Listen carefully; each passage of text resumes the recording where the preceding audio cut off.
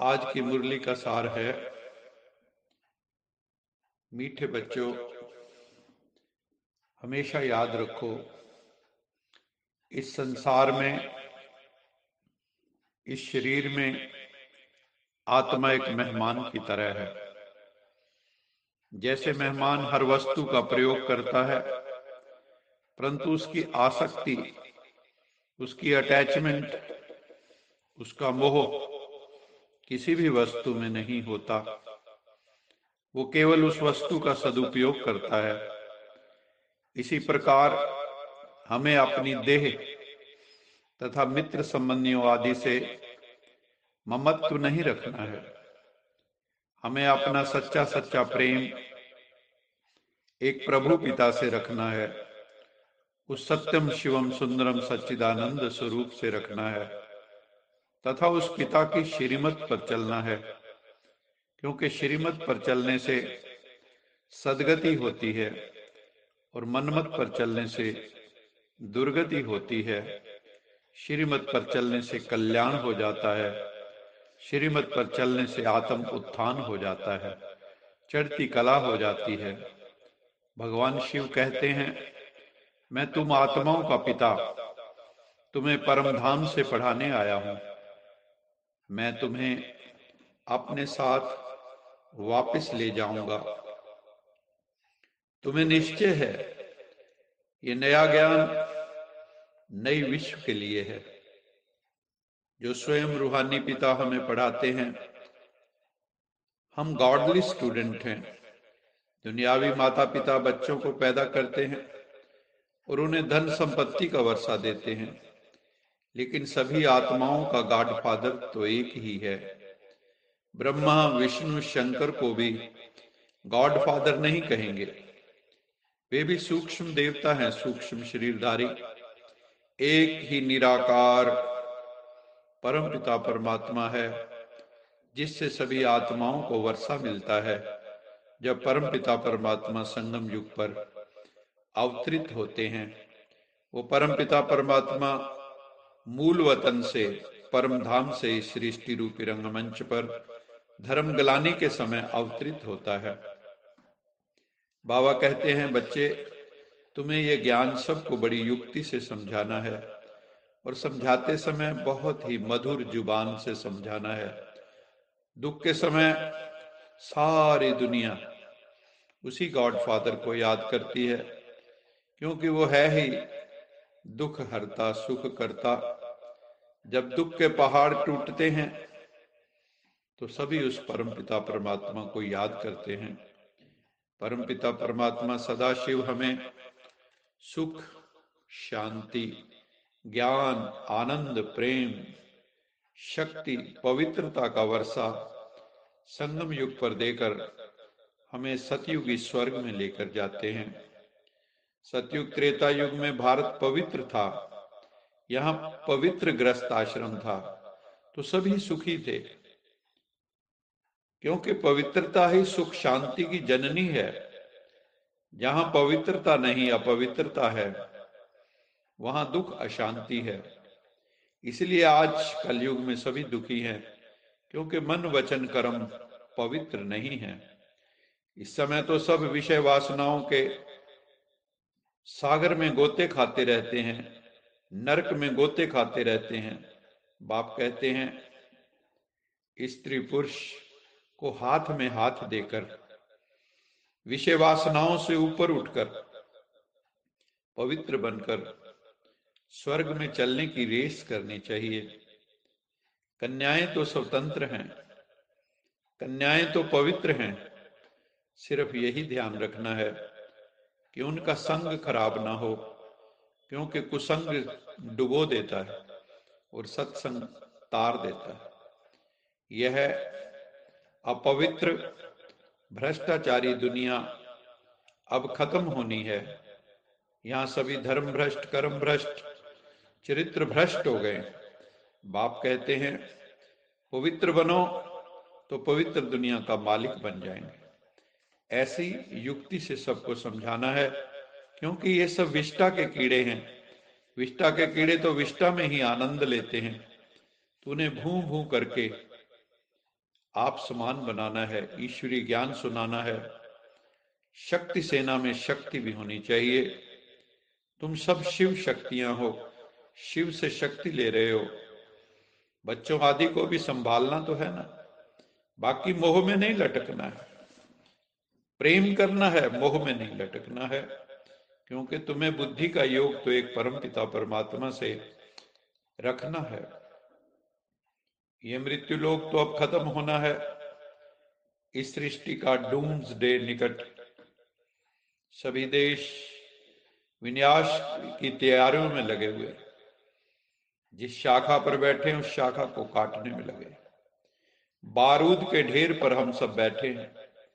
समझदार वही है जो ज्ञान योग की शिक्षा द्वारा परमपिता परमात्मा से मुक्ति, जीवन मुक्ति, सुख, शांति, संपत्ति का वर्षा जन्म जन्मांतर के लिए ले लेवे।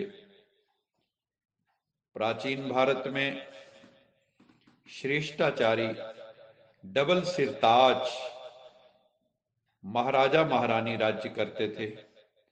उनमें से राधा कृष्ण, लक्ष्मी नारायण, राम सीता, राजा जनक आदि के नाम मुख्य हैं। इन देवी देवताओं के सिर पर लाइट का भी ताज था तो माइट का भी ताज था। लाइट का ताज पवित्रता का सूचक, जबकि माइट का ताज अर्थात हीरे जवाहरात जड़ित ताज जो राजाई का प्रतीक। धीरे धीरे हम नीचे गिरते आए और हम श्रेष्ठाचारी से भ्रष्टाचारी बन गए। कलयुग में सभी भ्रष्टाचारी बन गए हैं, सबका आचरण भ्रष्ट हो गया। पहले जो पूज्य थे देवी देवता अभी पुजारी बन गए हैं। अभी सुप्रीम रूह परमपिता परमात्मा हम सब आत्माओं को कहते हैं कि बच्चे अभी तुम्हें फिर भ्रष्टाचारी से श्रेष्ठाचारी बनना है, भगवान की श्रीमत पर चलना है। बिना श्रेष्ठाचारी बने जीवन में सुख शांति आ नहीं सकती। भ्रष्टाचारी को कभी स्थायी सुख मिल नहीं सकता।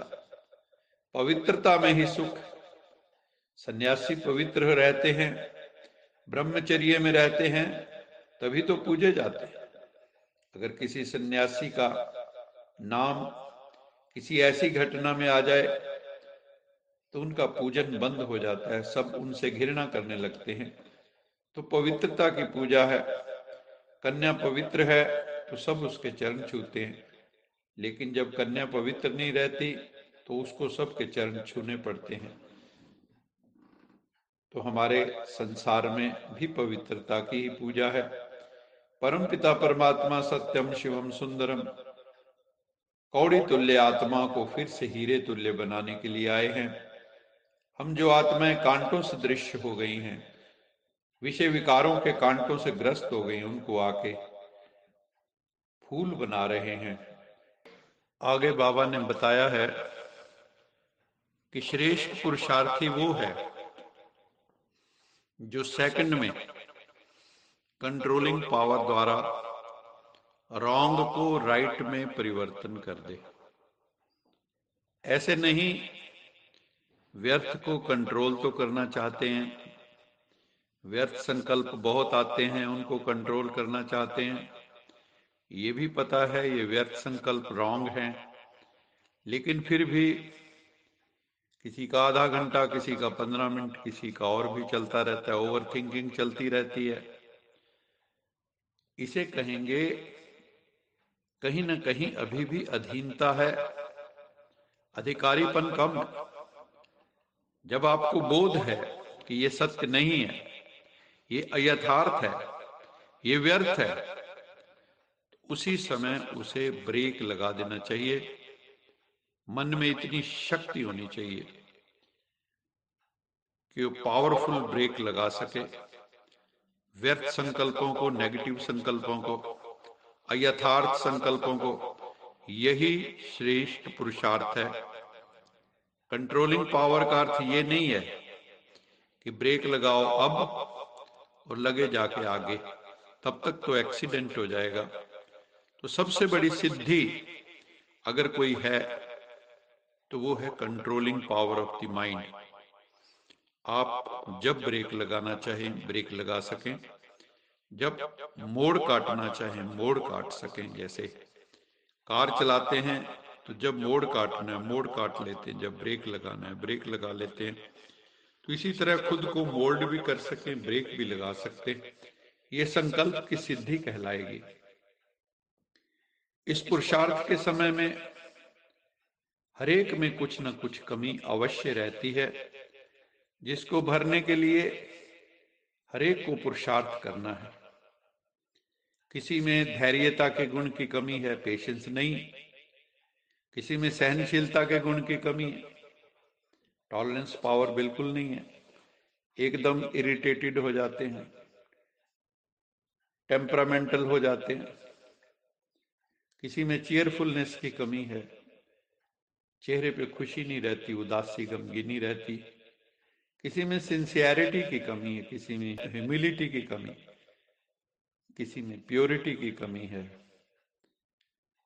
तो इसको कैसे धारण करें, इसके लिए बाबा कहते हैं अपने को मालिकपन की सीट पर सेट करो। अपने मालिकपन का पूरा निश्चय होना चाहिए, स्वराज्य अधिकारी बनो। अहम आत्मा परमात्मा की संतान है, ये निश्चय अगर होगा तो संपूर्ण दिव्य गुण, डिवाइन वर्च्यूज हमारी पर्सनैलिटी में ऑटोमेटिकली आ जाएंगे, क्योंकि निश्चय से ही दैवी गुण आते हैं।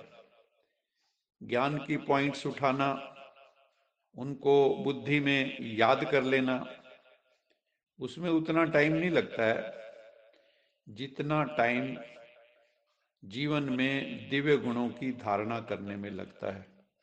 इसलिए हमारा एम्फेसिस ज्यादा से ज्यादा गुणों को धारण करने में होना चाहिए।